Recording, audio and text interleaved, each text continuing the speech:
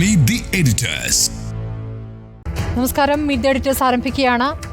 പരസ്യ വിമർശനങ്ങളിൽ CPI സംസ്ഥാന secretary Binoy വിശ്വത്തിനെതിരെ അതൃപ്തി പരസ്യമാക്കി CPIM നേതാക്കൾ.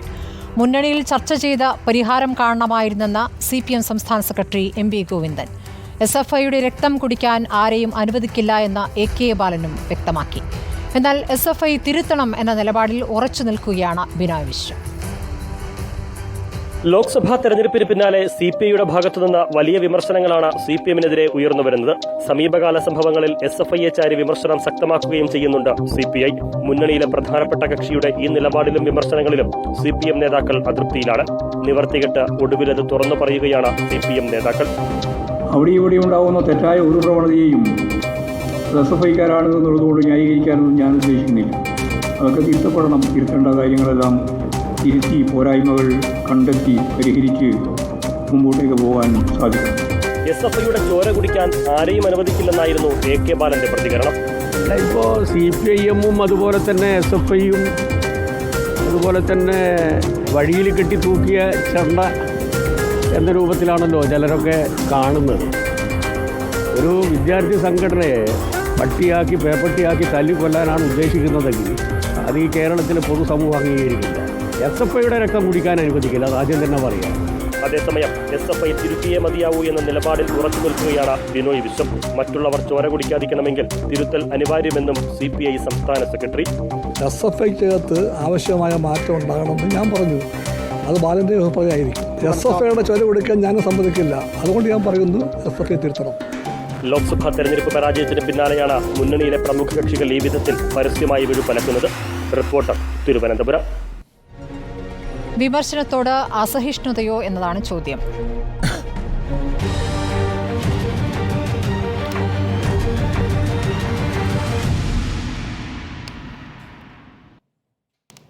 ഉണ്ണിബാലകൃഷ്ണൻ, കഴിഞ്ഞ കുറച്ച് ദിവസങ്ങളായി ബിനോയ് വിശ്വത്തിൻ്റെ വ്യത്യസ്ത നിലപാടുകൾ, പ്രതികരണങ്ങൾ നമ്മൾ കണ്ടുവരികയാണ്. ഇപ്പോൾ ഏറ്റവും ഒടുവിൽ SFIയുമായി ബന്ധപ്പെട്ടാണ് പ്രാകൃതമായ സമീപനം എന്നുവരെ അദ്ദേഹം പറഞ്ഞു. പക്ഷേ CPMൻ്റെ പ്രധാനപ്പെട്ട നേതാക്കൾ അതിനെ കടുത്ത ഭാഷയിൽ തന്നെ വിമർശിക്കുന്നതാണ് കണ്ടത്. എന്താണ് CPMൻ്റെ ഒരു സമീപനം? തിരുത്തുമെന്നൊരു വസ്തു പറയുകയും ചെയ്യുന്നു. നോക്കൂ, ഇപ്പോൾ നമുക്കറിയാവുന്നതുപോലെ CPM എന്തുകൊണ്ട് തോറ്റു എന്നതിനെ സംബന്ധിച്ച് വിശദമായി വിലയിരുത്തൽ നടത്തി കഴിഞ്ഞിട്ടുണ്ട്. അതിപ്പോൾ പാർട്ടിയുടെ വിവിധ ഘടകങ്ങളിൽ റിപ്പോർട്ട് ചെയ്തുകൊണ്ടിരിക്കുന്ന ഒരു പ്രക്രിയയാണ് നടന്നുകൊണ്ടിരിക്കുന്നത്. നമുക്കറിയുന്ന പോലെ വിശദമായി കേന്ദ്ര കമ്മിറ്റി രാജ്യത്തെ മൊത്തം ഇടതുപക്ഷ പ്രസ്ഥാനങ്ങൾക്കുണ്ടായ തിരിച്ചടിയെ വിലയിരുത്തിയിട്ടുണ്ട്. അതിൻ്റെ ഭാഗമായി കേരളത്തിലെ തിരിച്ചടിയെ വിലയിരുത്തിക്കൊണ്ട് കേന്ദ്ര കമ്മിറ്റി എത്തിയിരിക്കുന്ന നിഗമനം എന്ന് പറയുന്നത് instances of arrogant behavior of cadres from top to bottom are alienating people from the party എന്നാണ്. അതായത് അടിമുടി അഹങ്കാരം എന്നാണ് ഇന്ന് മനോരമ അതിനെ തലക്കെട്ട് കൊടുത്തിരിക്കുന്നത്. അതായത് ഈ പറയുന്ന പാർട്ടി പ്രവർത്തകരുടെ, അത് മുകളിൽ നിന്ന് താഴെത്തട്ട് വരെയുള്ള പാർട്ടി പ്രവർത്തകരുടെ ധാർഷ്ട്യവും അഹങ്കാരവും ഈ പാർട്ടിയെ ജനങ്ങളിൽ നിന്ന് അകറ്റിയിരിക്കുന്നു എന്ന് പറഞ്ഞിരിക്കുന്നത് CPMൻ്റെ കേന്ദ്ര കമ്മിറ്റിയാണ്. ആ വിലയിരുത്തൽ നടത്തിയിരിക്കുന്നത് CPMൻ്റെ കേന്ദ്ര കമ്മിറ്റിയാണ്. അപ്പോൾ എന്താണ് തോൽവിയുടെ പ്രധാനപ്പെട്ട കാരണം എന്ന് CPMന് ഉത്തമ ബോധ്യമുണ്ട്. അങ്ങനെയാണല്ലോ നമ്മൾ മനസ്സിലാക്കേണ്ടത്. അതുകൊണ്ടാണല്ലോ അവരങ്ങനെ ഒരു നിഗമനത്തിലേക്ക് എത്തിച്ചേർന്നത്. മാത്രവുമല്ല, കഴിഞ്ഞ ദിവസം ഡോക്ടർ തോമസ് ഐസക്, അദ്ദേഹം കേന്ദ്ര കമ്മിറ്റി അംഗമാണല്ലോ, അദ്ദേഹം എഴുതിയ ഫേസ്ബുക്ക് പോസ്റ്റിൽ പറയുന്നു, അഹങ്കാരത്തോടെയും ധാർഷ്ട്യത്തോടെയുമുള്ള പെരുമാറ്റം ജനങ്ങളെ പാർട്ടിയിൽ നിന്നും അകറ്റുന്നു. ഇത് പാർട്ടിയുടെ എല്ലാ തലങ്ങളിലും കാണാം. ജനങ്ങളോട് എപ്പോഴും വിനയത്തോടെ വേണം പെരുമാറാൻ. ഇത് ഈ കേന്ദ്ര കമ്മിറ്റി റിപ്പോർട്ട് തന്നെയാണ് യഥാർത്ഥത്തിൽ തോമസ് ഐസക്കും പറയുന്നത്. കേന്ദ്ര കമ്മിറ്റി പറഞ്ഞിരിക്കുന്നത് അടിമുടി അഹങ്കാരം ഉണ്ടായിരിക്കുന്നു എന്നാണ്. അതുതന്നെയാണ് പിന്നെ പെരുമാറ്റങ്ങൾ, ജനങ്ങളെ, പാർട്ടി പ്രവർത്തകരുടെ പെരുമാറ്റം ജനങ്ങളിൽ നിന്ന് പാർട്ടിയെ അകറ്റിയിരിക്കുന്നു എന്ന് തോമസ് ഐസക്കും പറയുന്നു. അപ്പോൾ ഞാനിത് രണ്ട് കാര്യങ്ങൾ ഇവിടെ പറയാൻ കാരണം, എവിടെയാണ് ഈ തെരഞ്ഞെടുപ്പിൽ തെറ്റുപറ്റിയത് എന്നുള്ള കാര്യത്തെക്കുറിച്ച് CPM എന്ന് പറഞ്ഞ പാർട്ടിക്ക് കൃത്യമായ ബോധ്യമുണ്ട്. ആ ബോധ്യമില്ല എന്ന് നമ്മൾ തെറ്റിദ്ധരിക്കേണ്ട. അതുതന്നെയാണ് അവർ എല്ലാ ഘടകങ്ങളിലും റിപ്പോർട്ട് ചെയ്തുകൊണ്ടിരിക്കുന്നത്. ഇനി ഞാൻ വിചാരിക്കുന്നില്ല ഈ പറയുന്ന പെരുമാറ്റം മാത്രമാണ് തോൽവിയുടെ ഒരു കാരണമെന്ന് ഞാൻ വിചാരിക്കുന്നില്ല. ഇപ്പം നമുക്കറിയാം, ഇന്നിപ്പം ഗോവിന്ദ മാസ്റ്റർ കൃത്യമായി പറഞ്ഞത് കണക്ക് ശൈലി മാറ്റണം എന്ന് പറയുമ്പോൾ അത് മുഖ്യമന്ത്രിയുടെ ശൈലി എന്ന മാത്രം ചുരുക്കി കാണണ്ട. അത് ശരിയാണ്. കാരണം എന്താണ്, ഇപ്പോൾ ഭരണത്തിലിരിക്കുന്ന ഒരു പാർട്ടി, ആ പാർട്ടിക്ക് എന്തെങ്കിലും ഒരു വീഴ്ച സംഭവിച്ചാൽ എപ്പോഴും ഭരണത്തിലിരിക്കുന്ന പാർട്ടിയെ സംബന്ധിച്ചും ആ ഭരണത്തിലിരിക്കുന്ന സർക്കാരിനെ സംബന്ധിച്ചും അതിൻ്റെ ശ്രദ്ധാകേന്ദ്രം എന്ന് പറയുന്നത് മുഖ്യമന്ത്രി ആയിരിക്കുമല്ലോ. അദ്ദേഹമാണല്ലോ നയിക്കുന്നത്. അപ്പോൾ സ്വാഭാവികമായിട്ടും സ്വാഭാവികമായിട്ടും ജനങ്ങളുടെ കൂടുതൽ ശ്രദ്ധ അദ്ദേഹത്തിലേക്ക് കേന്ദ്രീകരിക്കും. അപ്പോൾ അദ്ദേഹം മൈക്കിനോട് പെരുമാറുന്ന രീതി, അല്ലെങ്കിൽ അവതാരകയെ ശകാരിക്കുന്ന രീതി, ഇത്തരം പ്രശ്നങ്ങളൊക്കെ ജനങ്ങൾക്കിടയിൽ മാധ്യമങ്ങളോട് പെരുമാറുന്ന രീതി, കടക്കുപുറത്ത് എന്ന് പറയുന്ന പ്രഖ്യാപനം, ഇതൊക്കെ ജനങ്ങൾക്കിടയിൽ വലിയ രീതിയിൽ ചർച്ച ചെയ്യും. പക്ഷേ കഴിഞ്ഞ ദിവസം നമ്മൾ കൊയിലാണ്ടി ഗുരുദേവ കോളേജിൻ്റെ കോളേജിൽ നിൽക്കുന്ന ഏരിയ കമ്മിറ്റി, SFIയുടെ ഏരിയ കമ്മിറ്റിയിലെ ഒരു നേതാവിൻ്റെ പ്രസംഗവും കേട്ടല്ലോ, അദ്ദേഹത്തിൻ്റെ വെല്ലുവിളിയും കേട്ടല്ലോ. അതാണ് ഈ പറഞ്ഞ അടിമുടി ധാർഷ്ട്യം എന്ന് പറയുന്നത്, അതാണ് ഈ പെരുമാറ്റത്തിലെ മോശം എന്ന് പറയുന്നത്. അതായത് മുഖ്യമന്ത്രി പിണറായി വിജയൻ, അദ്ദേഹത്തിനൊരു ശൈലിയുണ്ട്, അത് ധാർഷ്ട്യത്തിൻ്റെയും അഹന്തയുടെയും ശൈലിയാണ്. ആ ശൈലി ആളുകളെ വെറുപ്പിച്ചുകൊണ്ടിരിക്കുന്നു എന്ന് പറഞ്ഞ് അവസാനിപ്പിക്കേണ്ട ഒരു വിമർശനമല്ല അത്. യഥാർത്ഥത്തിൽ മുഖ്യമന്ത്രിയുടെ ശൈലിയെ സംബന്ധിച്ച് അപ്രീതികരമായി ജനങ്ങൾക്കൊരു വികാരമുണ്ട് എങ്കിൽ ആ വികാരം പരിശോധിക്കണമെന്ന് നിലപാടുള്ള ആളാണ് ഞാൻ. അവിടെ മാത്രം ഈ പ്രശ്നം അവസാനിക്കുന്നില്ല. അതാണ് ഈ തുടർഭരണത്തിൻ്റെ പ്രശ്നം എന്ന് പറയുന്നത്. തുടർഭരണത്തോടുകൂടി ഉണ്ടായിരിക്കുന്ന കാര്യം എന്ന് പറഞ്ഞാൽ മുകളിൽ നിന്ന് തുടങ്ങി താഴെ വരെ ധാർഷ്ട്യമാണ്. അതുകൊണ്ടാണ് ഞാൻ ഒരിക്കൽ കൂടി പറയട്ടെ, കൊയിലാണ്ടി ഗുരുദേവ കോളേജിലെ ഏരിയ കമ്മിറ്റി നേതാവിൻ്റെ പ്രസംഗം പോലും കേരളം വളരെ ശ്രദ്ധയോടുകൂടി കാണുന്നത് ധാർഷ്ട്യത്തിൻ്റെ ഉദാഹരണമായിട്ട് തന്നെയാണ്. അപ്പോൾ ഇതൊരു വളരെ പ്രധാനപ്പെട്ട പ്രശ്നമാണ്. ഇതുകൊണ്ട് മാത്രമാണ് CPM ഇപ്രാവശ്യം, അല്ലെങ്കിൽ ഇടതുപക്ഷം മുന്നണിക്ക് ഇപ്രാവശ്യം തിരിച്ചടി ഉണ്ടായത് എന്ന് കരുതുന്ന ഒരാളല്ല ഞാൻ. നോക്കൂ, ക്ഷേമ പെൻഷൻ ഒരു വിഷയമായിരുന്നു. അത് എത്രയോ ലക്ഷം ജനങ്ങളെ ബാധിക്കുന്ന ഒരു പ്രശ്നമാണ്. അത് കിട്ടാതെ വരുമ്പോൾ ആളുകൾക്ക് എതിർപ്പുണ്ടാകും, ആ ഭരണത്തോട് എതിർപ്പുണ്ടാകും. അതൊരു പ്രധാനപ്പെട്ട വിഷയമായിട്ട് ഈ തെരഞ്ഞെടുപ്പിനെ ബാധിച്ചിട്ടുണ്ട്. ലൈഫ് മിഷൻ കേരളത്തിലൊരു ഭവന പദ്ധതിയാണ്, പാവപ്പെട്ട മനുഷ്യർക്ക് വീട് വെച്ച് കൊടുക്കുന്ന പദ്ധതിയാണ്.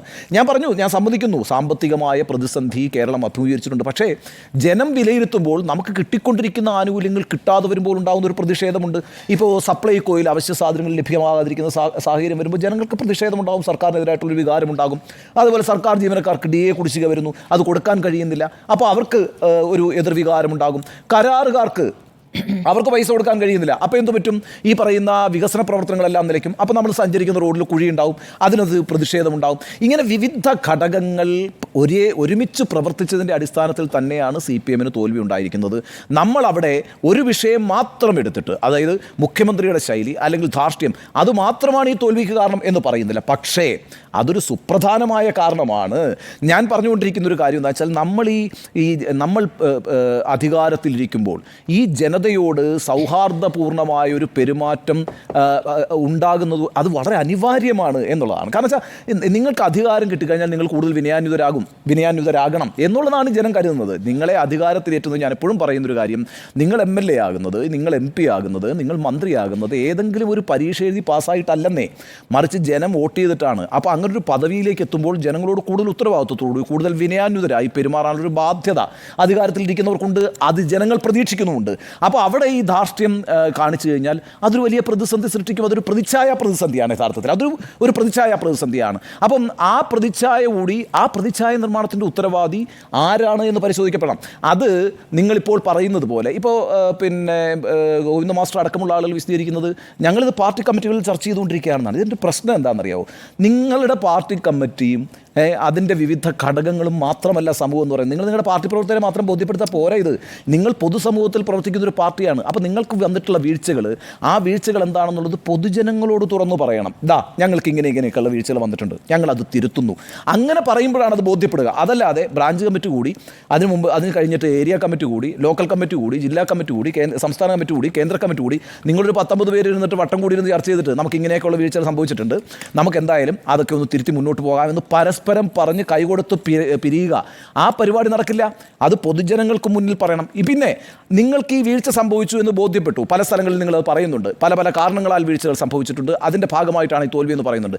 എന്താണ് ആ വീഴ്ച എന്ന് തുറന്ന് സമ്മതിക്കണം. അതൊന്നും മറച്ചു വെക്കേണ്ട കാര്യമില്ല.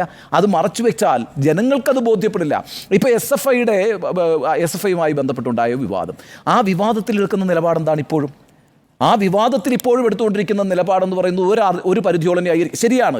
SFIയെ വലിയ രീതിയിൽ ടാർഗറ്റ് ചെയ്തുകൊണ്ട് SFI ഒരു വലിയ അപകടം പിടിച്ച രാഷ്ട്രീയ വിദ്യാർത്ഥി പ്രസ്ഥാനമാണെന്ന് വരുത്തി തീർക്കാനുള്ള ശ്രമമൊക്കെ നടക്കുന്നുണ്ട്. എന്നാൽ അതിനെ പ്രതിരോധിക്കേണ്ടത് ഇപ്പോൾ സംഭവിച്ച കാര്യങ്ങളെ ന്യായീകരിച്ചുകൊണ്ടല്ല, അതിനെ തള്ളിപ്പറഞ്ഞുകൊണ്ട് ആ വിദ്യാർത്ഥി സംഘടന നൽകിയിട്ടുള്ള സംഭാവനകളെ നിങ്ങൾക്ക് ഉയർത്തിപ്പിടിക്കാം, അത് ജനങ്ങളുടെ മുമ്പിൽ അവതരിപ്പിക്കാം. എന്നാൽ അതിനെ തള്ളിപ്പറയുന്നതിന് പകരം ചെറിയ വീഴ്ചകൾ എന്തോ സംഭവിച്ചു, അതിനെ നിങ്ങൾ പർവ്വതീകരിച്ച് കാണിക്കുന്നു. അങ്ങനെയല്ല. അത് അതൊന്നും ഇനി ഈ പൊതുസമൂഹം ഉൾക്കൊള്ളില്ല. അതാണ് ഞാൻ ഈ പറയുന്നത്. നിങ്ങൾക്ക് വന്ന വീഴ്ചകൾ എന്താണെന്ന് നിങ്ങൾ പൊതുസമൂഹത്തോട് തുറന്നു പറയണം. ഇന്ന വീഴ്ചകൾ സംഭവിച്ചിട്ടുണ്ട് എന്ന് പറയണം.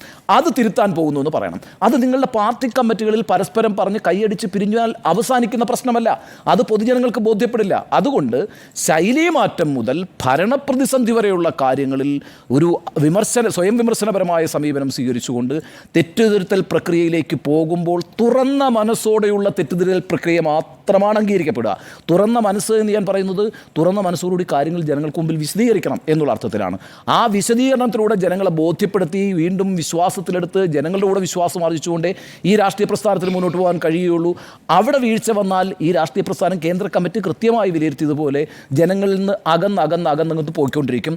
അങ്ങനെ ഒരു സാഹചര്യം ഉണ്ടാകണോ വേണ്ടയോ എന്നുള്ളത് അടിമുടി ധാർഷ്ട്യം എന്ന് പറയുന്നത് പോലെ മുകളിൽ നിന്ന് തുടങ്ങി താഴെ തട്ടിലുള്ള പ്രവർത്തകർ വരെ ആലോചിക്കേണ്ട ഒരു കാര്യമാണ് എന്നാണ് എനിക്ക് ആദ്യം പറയാനുള്ളത്. അസഹിഷ്ണുത തന്നെയാണ് കാണിക്കുന്നത് എന്നുള്ളതാണ്. അസഹിഷ്ണുത മാധ്യമങ്ങളോട് എതിർപക്ഷത്ത് നിൽക്കുന്നവരോട് മാത്രമല്ല മുന്നണിയിൽ നിന്ന് വരുന്ന പ്രധാനപ്പെട്ട സ്വരത്തോടും ആ രൂപത്തിൽ പ്രതികരിക്കുന്നു എന്നിടത്താണ് വ്യത്യാസം വരുന്നത്. അപ്പോൾ തിരുത്തുന്നു, ജനങ്ങളിലേക്ക് ആഴത്തിൽ ഇറങ്ങിച്ചെന്ന് പരിശോധിക്കും എന്ന് പറയുന്നിടത്ത് എവിടെയാണ് പരിശോധന എന്നുള്ള സംശയം അവിടെ നിൽക്കുകയാണ്.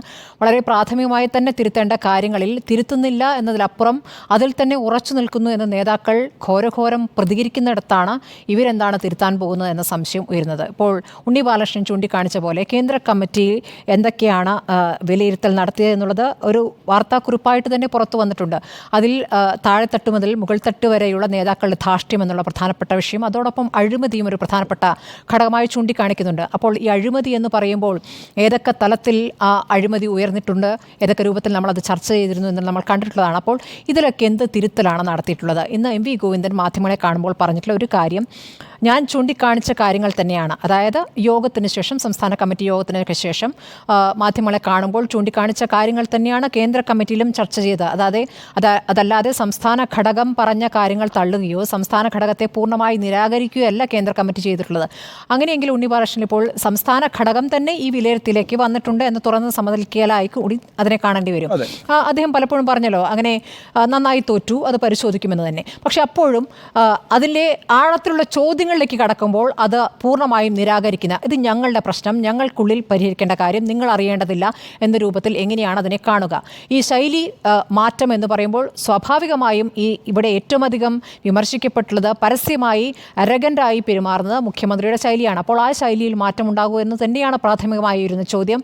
ആ ശൈലിയിൽ മാറ്റമുണ്ടാകില്ല എന്ന മുഖ്യമന്ത്രി തന്നെ നിയമസഭയിൽ അത് തെളിയിച്ചു കഴിഞ്ഞു. രക്ഷാപ്രവർത്തനം എന്ന വാദത്തിൽ അദ്ദേഹം ഉറച്ചു നിൽക്കുന്നു എന്നുള്ളതും, ഞാൻ കണ്ട കാര്യങ്ങൾ എന്ന് പറയുന്നത് കാലം ഇത്ര മുന്നോട്ട് പോയിട്ടും ആ കാര്യങ്ങളിൽ തുറന്നു കാണാനുള്ള ഒരു ശക്തി അദ്ദേഹത്തിന് ഉണ്ടായില്ല, അല്ലെങ്കിൽ ആ ഒരു നോട്ടത്തിലേക്ക് അദ്ദേഹം പോയില്ല എന്നുള്ളതാണ്.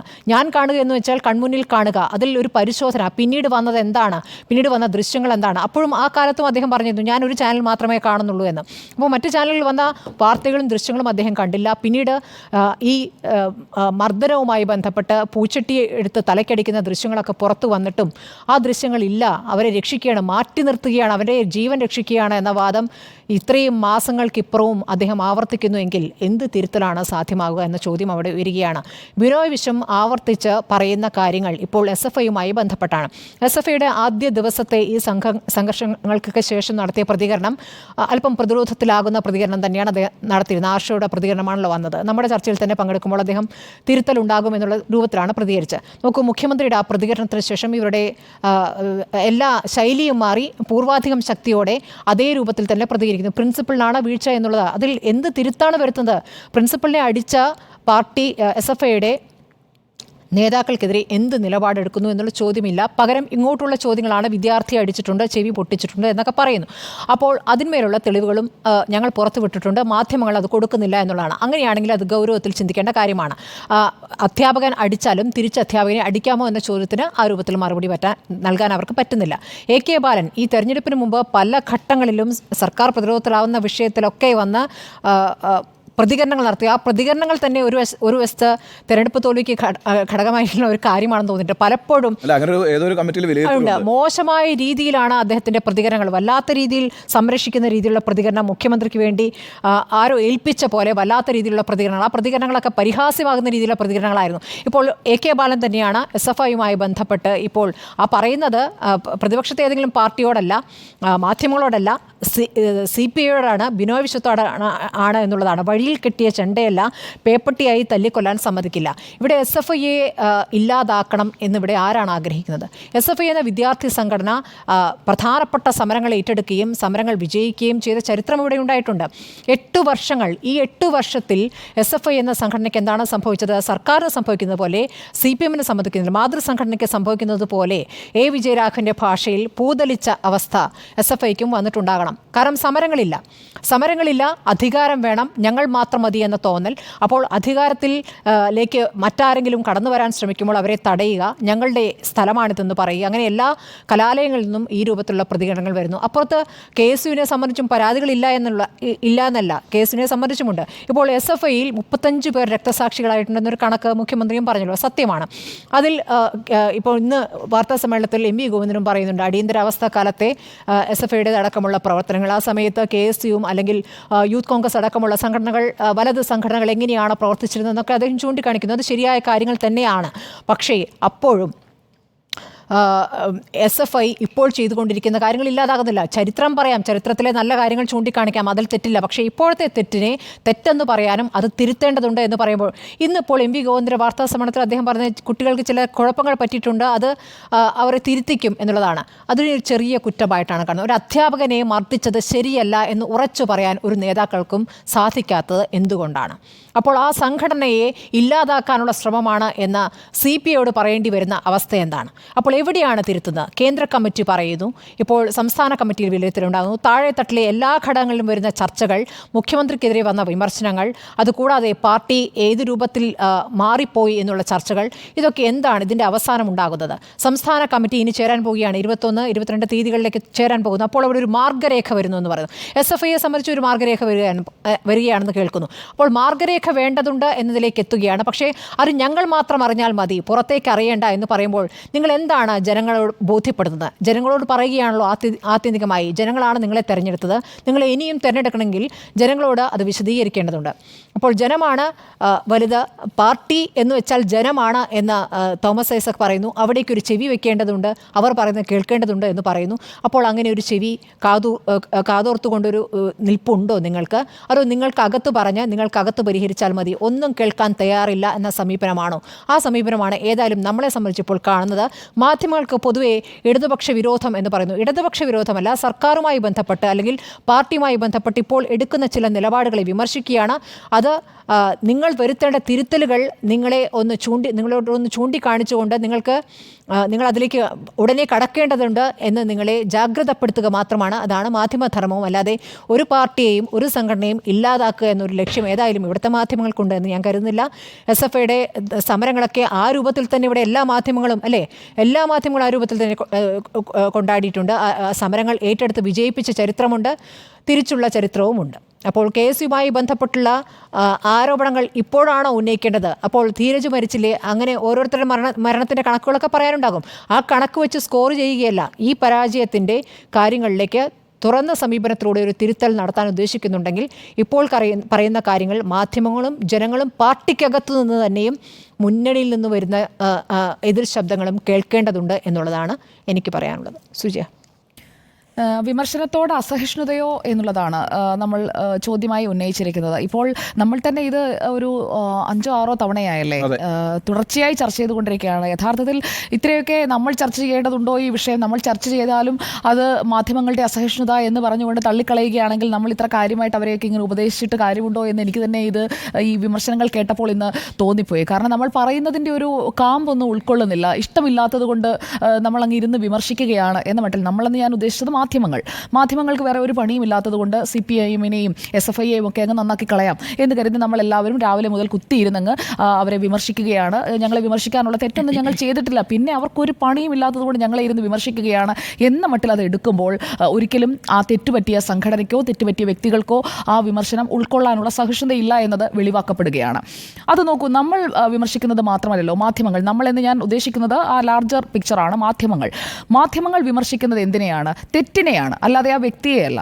പിണറായി വിജയൻ എന്ന് പറയുന്ന വ്യക്തിയെയോ പിണറായി വിജയൻ എന്ന വ്യക്തിയുടെ ഏതെങ്കിലും പേഴ്സണാലിറ്റിയെയോ അല്ല, പിണറായി വിജയൻ പറഞ്ഞ കാര്യത്തെയാണ് അല്ലെങ്കിൽ അദ്ദേഹത്തിൻ്റെ ആശയത്തെയാണ് വിമർശിച്ചു കൊണ്ടിരിക്കുന്നത്. പക്ഷേ ആ വ്യക്തിയോടുള്ള ഇഷ്ടക്കേടായി അല്ലെങ്കിൽ SFIയോടുള്ള ഇഷ്ടക്കേടായി CPIM-നോടുള്ള ഇഷ്ടക്കേടായി അങ്ങനെ പൊതുവൽക്കരിക്കുകയാണ്. ആ പ്രശ്നത്തിലേക്ക് ആഴ്ന്നിറങ്ങി നോക്കാനോ ആ പ്രശ്നം എന്താണെന്ന് തിരിച്ചറിയാനോ സാധിക്കുന്ന തരത്തിലുള്ള ഒരു നീക്കവും നടത്തിയതായി ഈ ദിവസങ്ങളിലൊന്നും ഞാൻ കണ്ടില്ല. നേതാക്കൾ ഓരോരുത്തരും വന്ന് ഇന്ന് ന്യായീകരിക്കുന്നതാണ് കണ്ടത്. നോക്കൂ, ഈ LDF-ന്റെ പാർലമെന്ററി പാർട്ടി യോഗത്തിൽ നടന്നതായി കേട്ടത് 2 പേർക്ക് നേരെ, 2 MLA-മാർക്ക് നേരെ വിമർശനമുണ്ടായി. ഒന്ന് കടകംപള്ളി സുരേന്ദ്രൻ, ഒന്ന് വാളൂർ സോമൻ. ഈ 2 MLA-മാരെയും ശാസിച്ചത് എന്തിനാണെന്നറിയോ? മുഖ്യമന്ത്രി തന്നെ പറഞ്ഞുവെന്നാണ് വാർത്തകളൊക്കെ വന്നത്.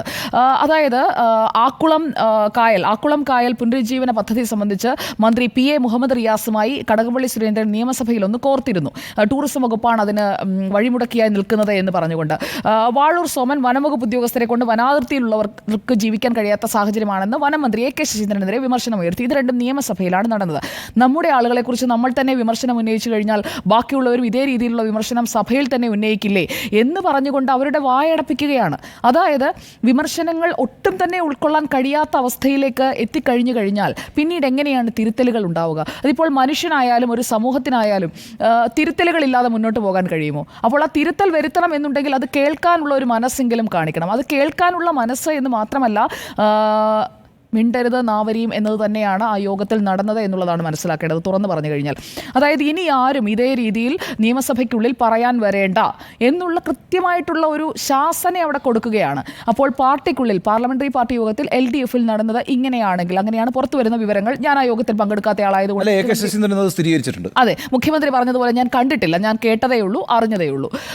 അപ്പോൾ ഇങ്ങനെ ഒരു സംഭവത്തിൽ നമുക്ക് വ്യക്തമാകുന്ന ഒരു കാര്യം, സ്വന്തം മുന്നണിക്കുള്ളിലെ MLA-മാർക്ക് തന്നെ സ്വതന്ത്രമായി ഒരു വകുപ്പിന് നേരെയുള്ള വിമർശനം, അതായത് ജനങ്ങൾക്ക് വേണ്ടി തെരഞ്ഞെടുക്കപ്പെട്ട ജനപ്രതിനിധികൾക്ക് അവർക്ക് നേരിടുന്ന ബുദ്ധിമുട്ടുകൾ നിയമസഭയിൽ പറയുന്നതിന് പോലും വിലക്കുള്ള രീതിയിലേക്ക് നിയന്ത്രണങ്ങൾ വന്നു കഴിഞ്ഞാൽ പിന്നീട് എന്തിനാണ് ഓരോ നിയമസഭാ മണ്ഡലത്തിലും ഓരോ MLA ജനങ്ങൾ തിരഞ്ഞെടുത്ത് വിടുന്നത്?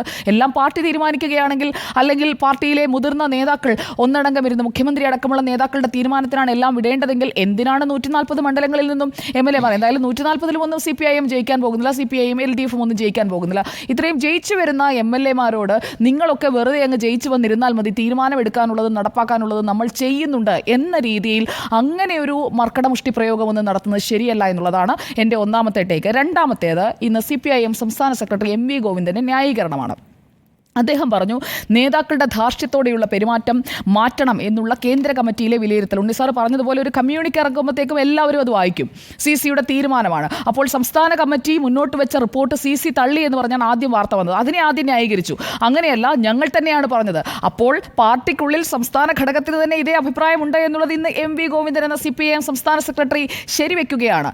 അഹങ്കാരമുണ്ട് എന്ന് ഞങ്ങൾക്ക് തന്നെ മനസ്സിലായി, ഞങ്ങൾക്ക് അഹങ്കാരമുണ്ടെന്ന് ഞങ്ങളത് ഉയർന്ന ഘടകത്തെ അറിയിച്ചു. അവരും അത് ശരിവെച്ചു. അവർക്കും അറിയാം ഞങ്ങൾക്ക് അഹങ്കാരമുണ്ടെന്ന്. അതായത് പാർട്ടിക്കും നേതാക്കൾക്കും എല്ലാവർക്കും അറിയാം ഞങ്ങൾ അഹങ്കാരികളാണ്.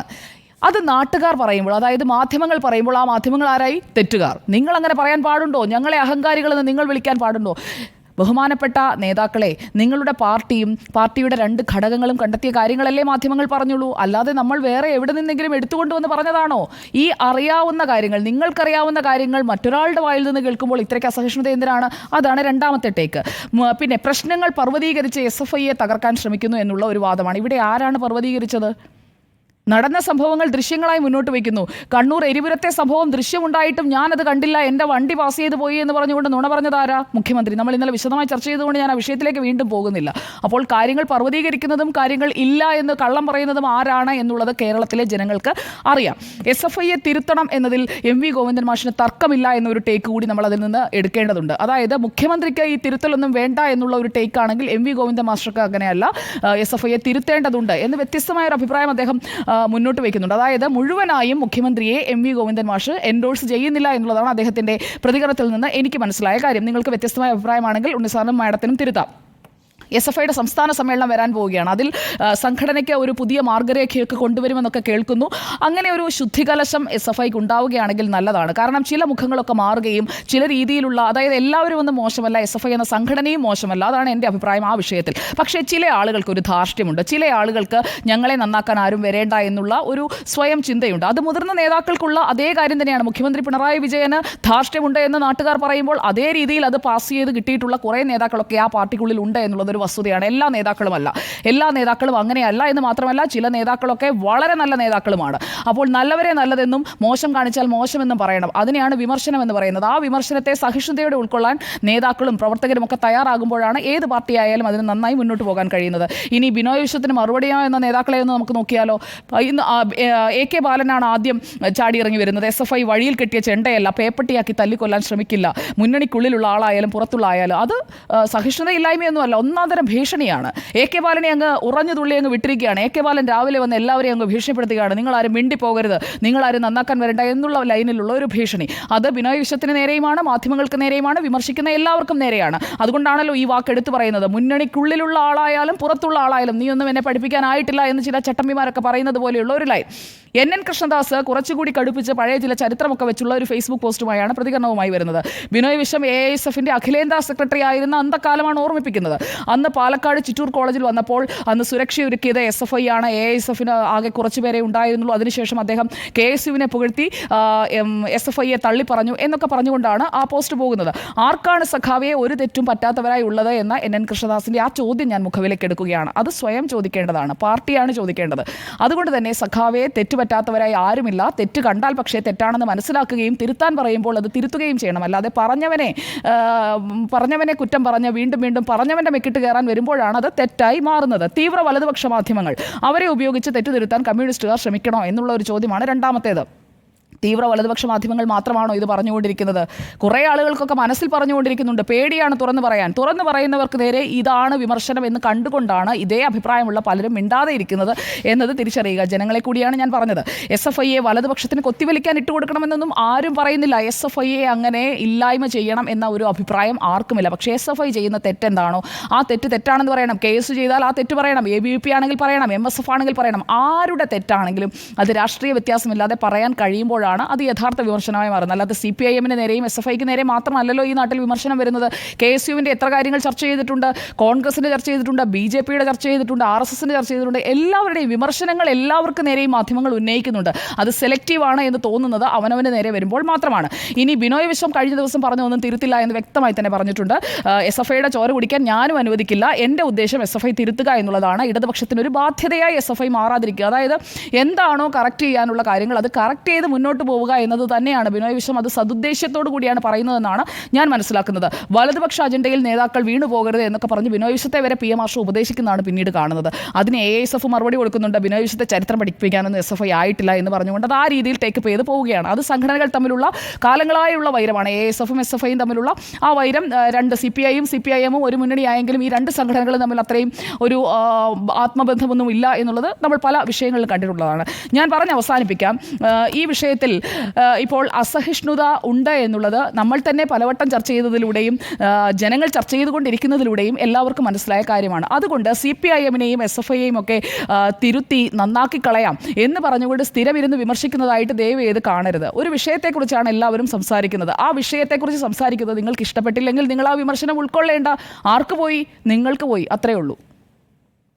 ഇതിനകത്ത് ഒരു കാര്യം എന്ന് പറഞ്ഞോട്ടെ, ഇപ്പോൾ ഈ SFIക്കെതിരായിട്ട് നടന്നുകൊണ്ടിരിക്കുന്ന ചർച്ചകൾക്ക് സമാനമായൊരു സംഭവം മട്ടന്നൂർ കോളേജിൽ നടന്നിട്ടുണ്ട്.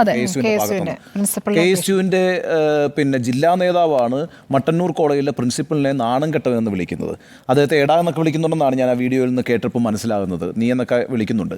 അത് ആ രീതിയിൽ ഗൗരവത്തോടെ ചർച്ച ചെയ്യപ്പെട്ടിട്ടുമില്ല. അതിൻ്റെ കാരണം എന്താണെന്ന് വെച്ചാൽ ഇതാണ് പ്രശ്നം. അതായത് ഒരു വലിയ ജനവികാരം രൂപപ്പെട്ടിട്ടുണ്ട്. ആ ജനവികാരം എന്ന് പറയുന്നത് ഭരിക്കുന്ന സർക്കാരിനും ഭരിക്കുന്ന പാർട്ടിക്കും എതിരായിട്ട് നിൽക്കുന്നു. ആ ഘട്ടത്തിലാണ് SFIയുടെ ഒരു നേതാവിൻ്റെ ഈ കൊലവിളി പ്രസംഗം പുറത്തേക്ക് വരുന്നത്. KSUവിൻ്റെ വിമർശനം, ഇതേ പ്രവൃത്തി KSU നേതാക്കൾ ചെയ്യുമ്പോൾ ഗൗരവത്തിൽ കാണാത്ത തൽക്കാലം ഒരു ഭരണത്തിലും അധികാരത്തിലും ഒന്നുമില്ല എന്നുള്ളതും കൊണ്ടുകൂടിയാണ്. അപ്പം അതാണ് ഞാൻ നേരത്തെ പറഞ്ഞത്, കുറച്ചുകൂടി ശ്രദ്ധ ഈ കാര്യത്തിൽ SFI ആണ് പുലർത്തേണ്ടത്. ഇപ്പം നമ്മൾക്ക് അറിയാമല്ലോ, ഈ വിദ്യാർത്ഥി രാഷ്ട്രീയവുമായി ബന്ധപ്പെട്ട അവസാനം ഉണ്ടായിരിക്കുന്ന രക്തസാക്ഷി എന്ന് പറയുന്നത് ധീരജാണ്. ഇടുക്കി എഞ്ചിനീയറിംഗ് കോളേജിൽ വിദ്യാർത്ഥിയായിരുന്ന ധീരജ് 2022 കൊല്ലപ്പെടുന്നു.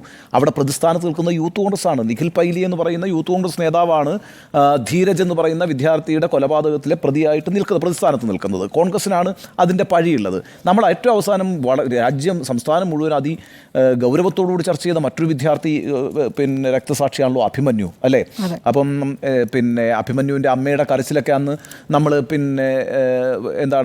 കേട്ട് വളരെ വിഷമിച്ചിട്ടുള്ള ആളുകളാണ്. അപ്പോൾ ഈ കഴിഞ്ഞ ഏതാനും വർഷങ്ങൾ എടുക്കുകയാണെങ്കിൽ വിദ്യാർത്ഥി രാഷ്ട്രീയത്തിലെ അവസാന രക്തസാക്ഷികൾ എന്ന് പറയുന്നത് SFI പ്രവർത്തകരാണ് എന്നുള്ള യാഥാർത്ഥ്യം അവിടെ നിലനിൽക്കുന്നുണ്ട്. ഒന്ന് മാത്രമല്ല, ഈ പറഞ്ഞ കാര്യം ശരിയുമാണ്, പിണറായി വിജയൻ പറഞ്ഞ കാര്യം ശരിയാണ്. 1971 മുതൽ ഇങ്ങോട്ട് എടുത്താൽ 35ഓളം രക്തസാക്ഷികൾ ഉണ്ടായിട്ടുണ്ട് SFIയിൽ. അത് MG കോളേജിലെ ദേവപാലൻ മുതൽ ഇങ്ങോട്ടേക്ക് ഏറ്റവും ഒടുവിൽ ധീരജ് വരെയുള്ള രക്തസാക്ഷികൾ ഉണ്ടായിട്ടുണ്ട്. SFI വിദ്യാർത്ഥികളുടെ അവകാശങ്ങൾക്ക് വേണ്ടി നടത്തിയിട്ടുള്ള പോരാട്ടങ്ങൾ എന്ന് പറയുന്നത് കേരളത്തിലെ ചരിത്രത്തിൻ്റെ ഭാഗമാണ്. പിന്നെ സ്മൃതി, വേറൊരു കാര്യം കൂടി നമ്മൾ ഓർക്കണം. ഇപ്പം SFI സമരങ്ങൾ ഏറ്റെടുക്കുന്നില്ല എന്ന് പറയാൻ കഴിയില്ല. കാരണം വെച്ചാൽ ഇന്ത്യയിൽ തന്നെ നമ്മുടെ കരിക്കുലത്തിൽ വരുത്തിക്കൊണ്ടിരിക്കുന്ന മാറ്റങ്ങളുണ്ടല്ലോ.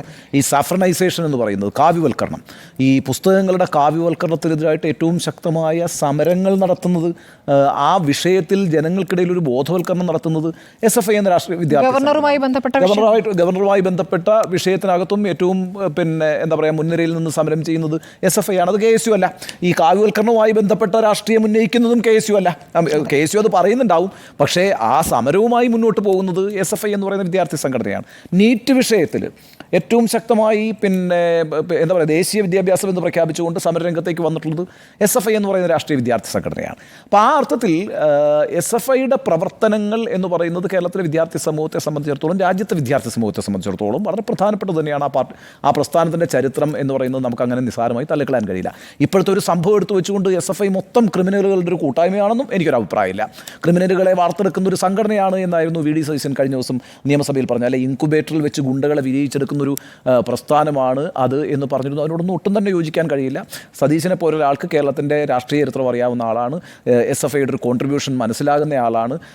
നമ്മളിന്നിപ്പം ചാണ്ടി ഉമ്മനുമായിട്ട് സംസാരിക്കുമ്പോഴൊക്കെ നമ്മൾ ഉന്നയിക്കുന്നൊരു പ്രശ്നം എന്ന് വെച്ചാൽ, ഈ KSU ഇപ്പം നമ്മളിപ്പോൾ പ്രതിപക്ഷത്താണല്ലോ കഴിഞ്ഞ 7 വർഷമായിട്ട് KSU കേരളത്തിൽ ഏറ്റെടുത്ത് മുന്നോട്ട് കൊണ്ടുപോകുന്നൊരു സമരം പറ.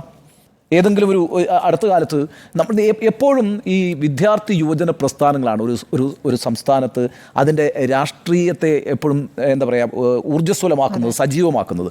ആ അർത്ഥത്തിൽ കേരളത്തിൽ യൂത്ത് കോൺഗ്രസിൻ്റെ ഒരു സാന്നിധ്യം ഇടയ്ക്കൊക്കെ ഇപ്പോൾ ഈ പറയുന്ന കണക്ക് ജലപീരങ്കി പ്രയോഗവും ഈ സെക്രട്ടേറിയറ്റിന് മുന്നിലേക്കുള്ള മാർച്ചുമൊക്കെ ഉണ്ട്. എങ്കിലും യുവജനങ്ങളുടെ വിഷയം എടുത്തുകൊണ്ട്, വിദ്യാർത്ഥികളുടെ വിഷയം എടുത്തുകൊണ്ട് ഈ പറയുന്ന പ്രതിപക്ഷ വിദ്യാർത്ഥി സംഘടനകളും യുവജന സംഘടനകളും എന്ത് പ്രക്ഷോഭമാണ് കേരളത്തിൽ നിന്ന് സംഘടിപ്പിച്ചുകൊണ്ടിരിക്കുന്നത്. അതേസമയം ഭരണപക്ഷത്തിരിക്കുമ്പോൾ പോലും ഞാൻ SFI ന്യായീകരിച്ചുകൊണ്ടല്ല ഈ പറയുന്നത്. വെച്ചാൽ രാഷ്ട്രീയ യാഥാർത്ഥ്യമായി തന്നെ കാണണം. സാഫ്രനൈസേഷൻ ഒരു വലിയ പ്രശ്നമാണ്, കാവ്യവൽക്കരണം ഒരു വലിയ പ്രശ്നമാണ്. അത് ഏറ്റവും ശക്തമായി ഉന്നയിക്കുന്ന രാഷ്ട്രീയ പ്രസ്ഥാനം SFI ആണെന്നേ. ആ അർത്ഥത്തിലൊക്കെ SFIയുടെ ഒരു കോൺട്രിബ്യൂഷനുണ്ട്. ഈ ഒരു സംഭവം അവർക്കൊരു കറുത്ത പൊട്ടായി മാറിയിട്ടുമുണ്ട്. ആ അർത്ഥത്തിൽ അതിനെ മനസ്സിലാക്കിക്കൊണ്ട് ഇമ്മീഡിയറ്റ് ആയിട്ട് അതിനെ തള്ളി പറഞ്ഞുകൊണ്ട് മുന്നോട്ട് വരാൻ രാഷ്ട്രീയ നേതാക്കൾക്ക്, ആ പാർട്ടി നേതാക്കൾക്ക് ചോദിച്ചോട്ടെ, ഈ +1 സീറ്റ് പ്രതിസന്ധി ഉണ്ടായപ്പോൾ MSFും KSUവും അല്ലേ ആ വിഷയം ഏറ്റെടുത്തുകൊണ്ട് വന്നത്? അവസാന ലാപ്പിലാണ് ഓടിക്കയറുകയായിരുന്നു. അതായത് വിഷയം തങ്ങൾക്ക് തന്നെ, തങ്ങളുടെ സർക്കാരിന് തന്നെ ഒരു പ്രശ്നമായി മാറിയെന്ന് കണ്ട ഘട്ടത്തിലാണ് SFI അതിലേക്ക് ക്രാഷ് ലാൻഡിംഗ് ആണ്, ഇല്ലേ മാഡം?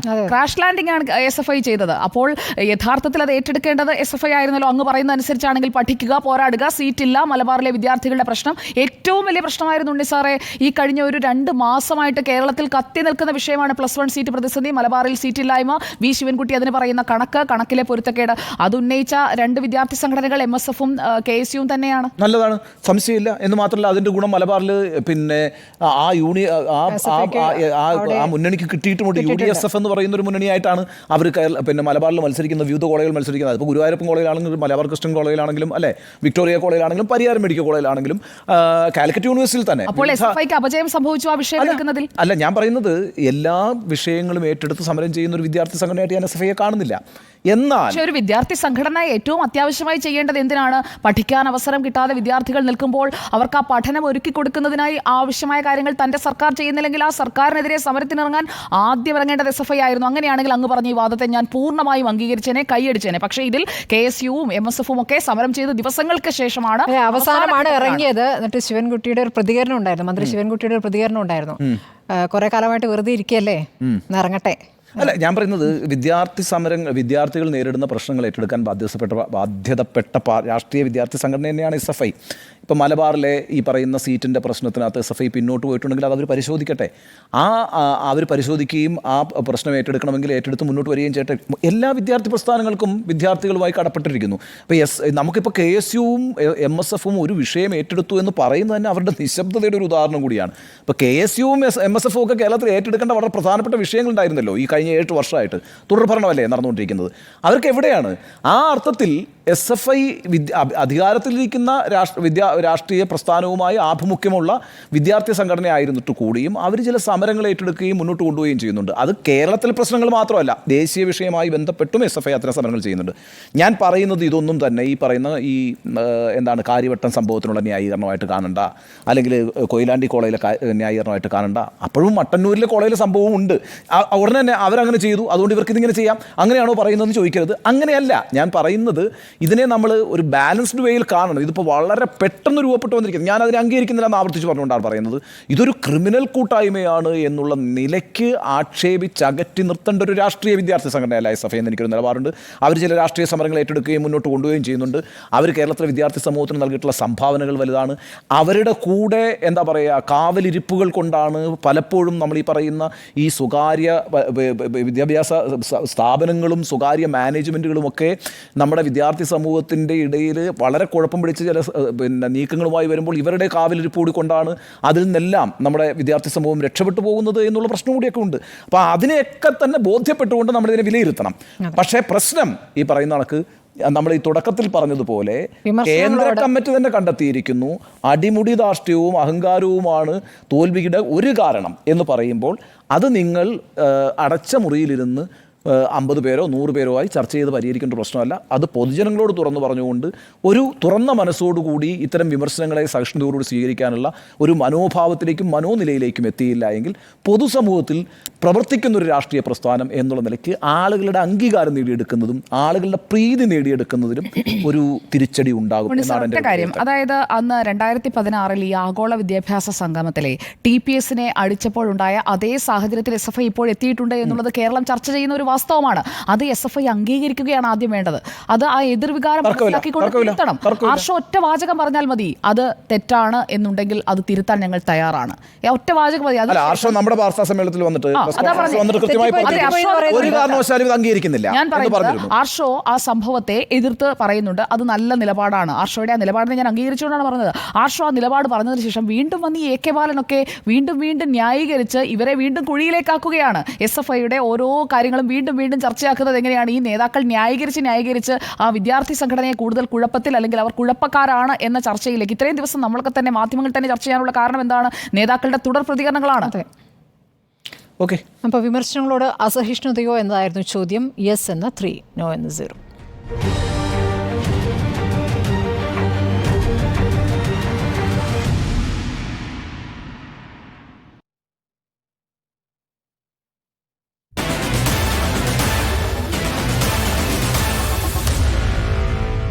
Meet the editors.